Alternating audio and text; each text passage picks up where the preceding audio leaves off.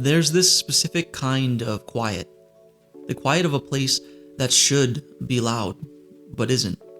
A school hallway long after the bell has rung, maybe, or an office building late at night.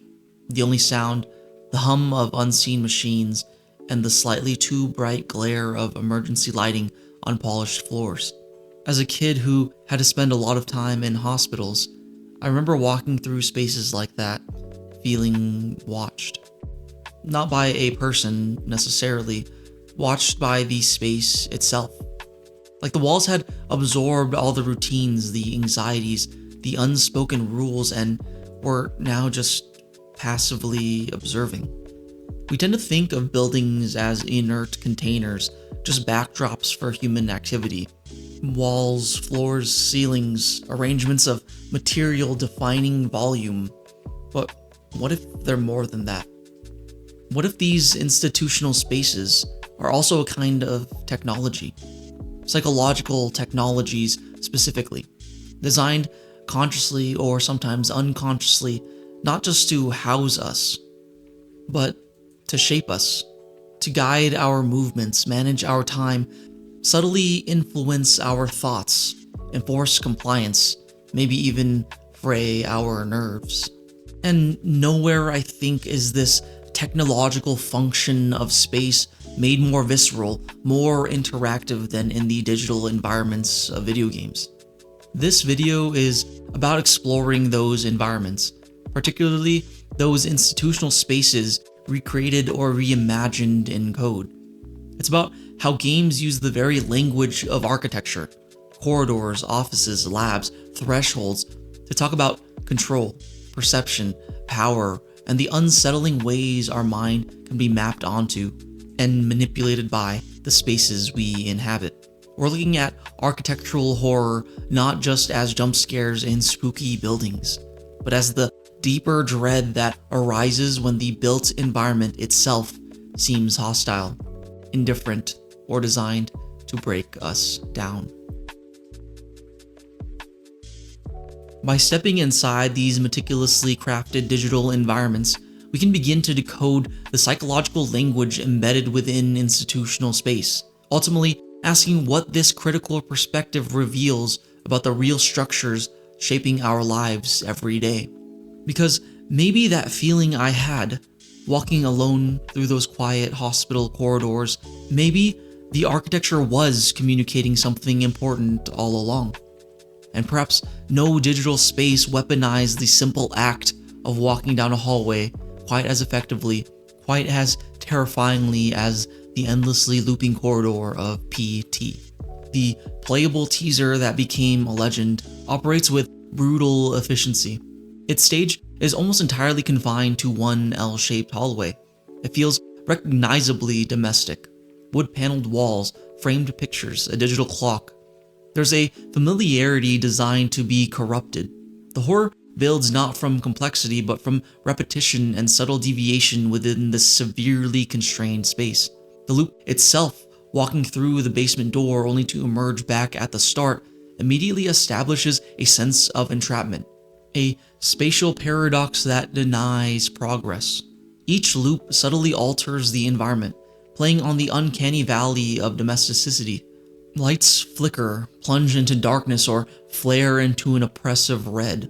Figures dart past doorways or loom down the corridor. Cryptic messages appear.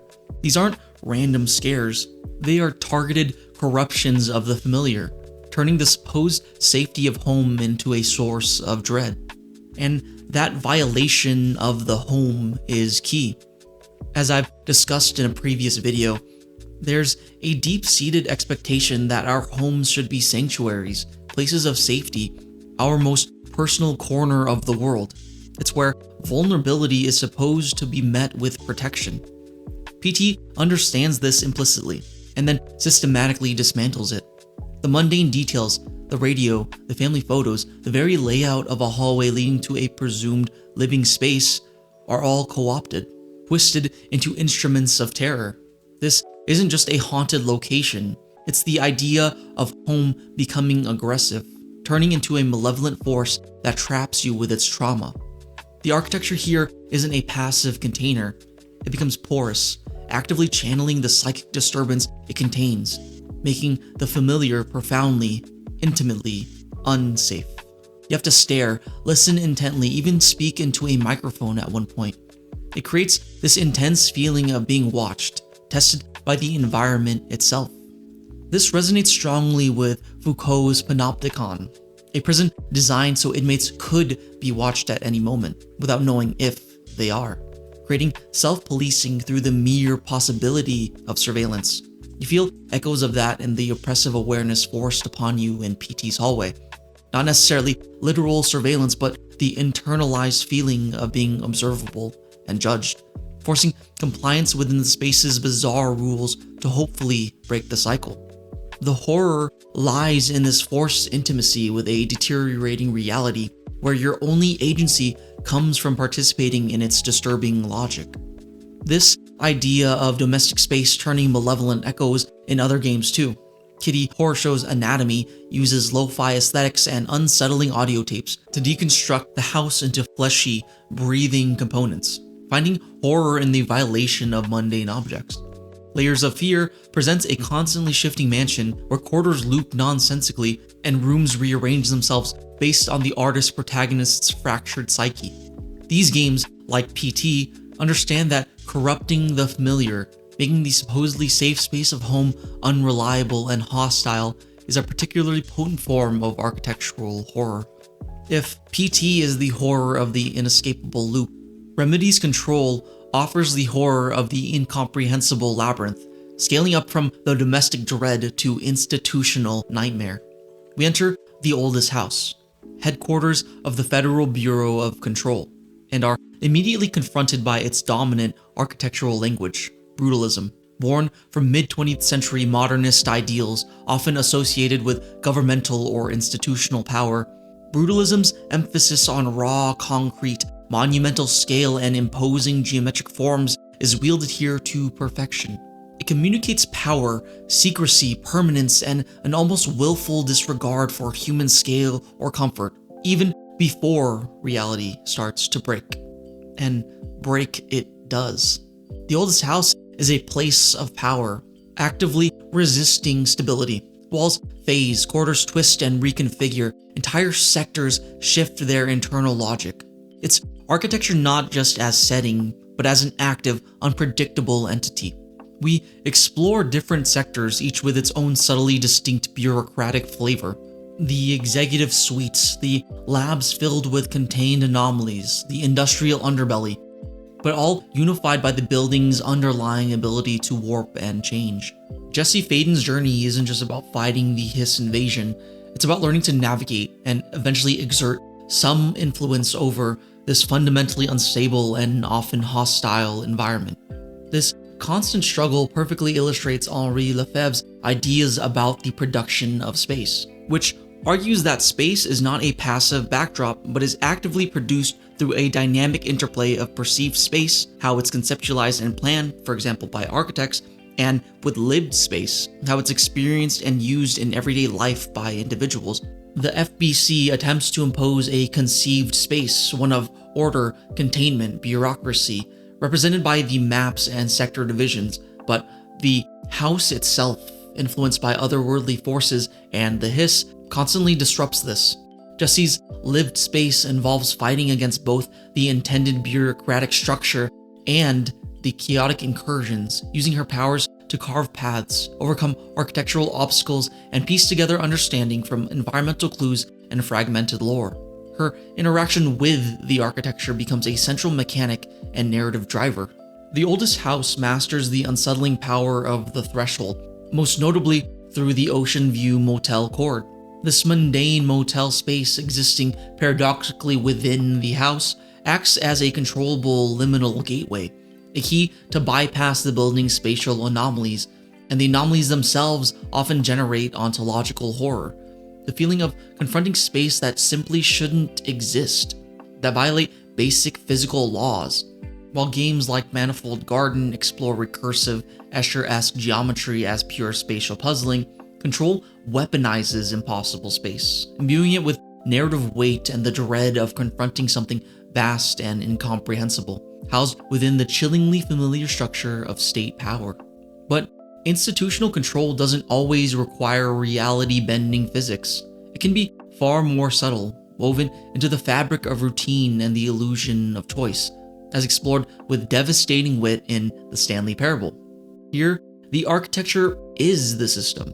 The endlessly branching yet ultimately contained corridors of the office building represent the structure of Stanley's predetermined fate, narrated by an omnipresent, judgmental guide.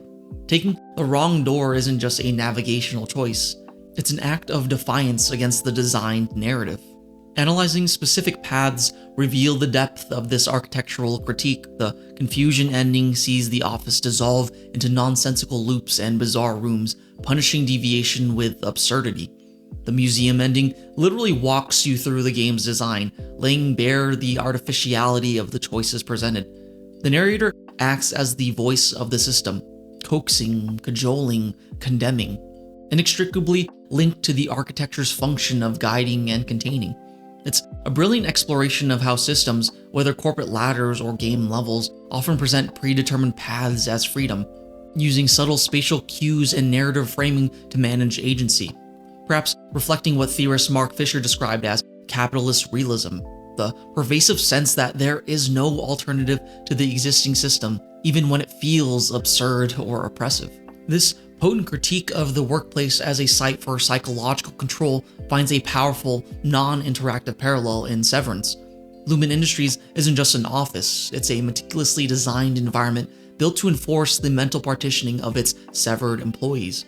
Those infamous endless white corridors aren't just minimalist, they are disorienting, erasing personality, inducing a state of compliant limbo. Specific spaces amplify this, the infamous break room using infantilizing repetition as psychological torture, the eerily calm wellness center offering platitudes within a rigidly controlled setting. The architecture is the procedure made manifest. And looking at Lumen or even Stanley's office, it's hard not to see reflections of contemporary anxieties. The push towards optimized, aesthetically clean but potentially isolating workspaces. The increasing technological mediation of our lives, partitioning work from leisure or blurring them entirely.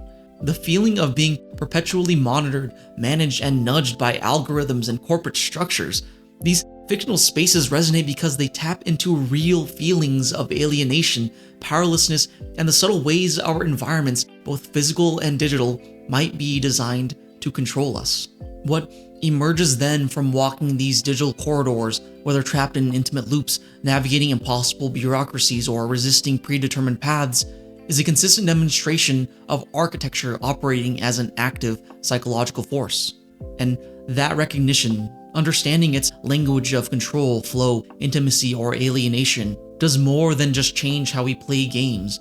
It fundamentally shifts our perspective on the world around us. These digital spaces, precisely because they are designed experiences, act as powerful lenses. They exaggerate, distort, and dissect the subtle mechanics of real-world institutional control and spatial manipulation, making visible the often unseen psychological structures embedded in our offices, schools, cities, and even our online platforms. Learning to read the architecture in a game like Control or PT equips us with a critical vocabulary to analyze the seemingly neutral design of a corporate lobby, the deliberately confusing layout of a hospital, or the carefully managed pathways of a shopping mall. It reveals the profound power embedded in choices about space, choices that influence our mood, guide our behavior, reinforce social hierarchies, and define our relationship to authority and to each other. The dread, the confusion, the occasional sublime terror evoked by architectural horror in games isn't just an escape. It's an education in the deep, intricate ways our built environments shape our inner lives. And maybe, just maybe, understanding that connection is the first step towards navigating, perhaps even reshaping those structures with greater awareness, agency, and maybe even a little more humanity. Maybe that feeling I had walking alone through those quiet hospital corridors, that feeling we all feel, that sense of being observed by the architecture itself. Perhaps it's an invitation to stop seeing walls as just walls and start recognizing them as mirrors reflecting back the subtle ways they shape us, waiting for us to finally acknowledge their gaze.